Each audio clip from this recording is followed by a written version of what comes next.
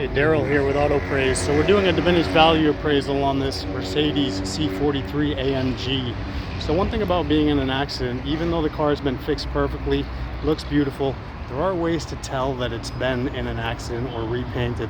Like this one here, for example, if you look at it, you're not going to be able to tell by eye, but with certain tools like these paint depth gauges, you can find evidence of paint work. For example, over here on this door, you can see the paint depth varies significantly. It starts at about 8 back there, and then up towards the front you're up at about 17, 18 mils. So this door has been repainted. What's going to happen over time is that paint's not going to hold as it should.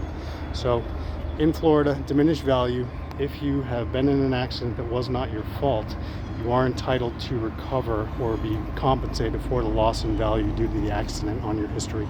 So once again, diminished value, West Palm Beach, AutoPraise.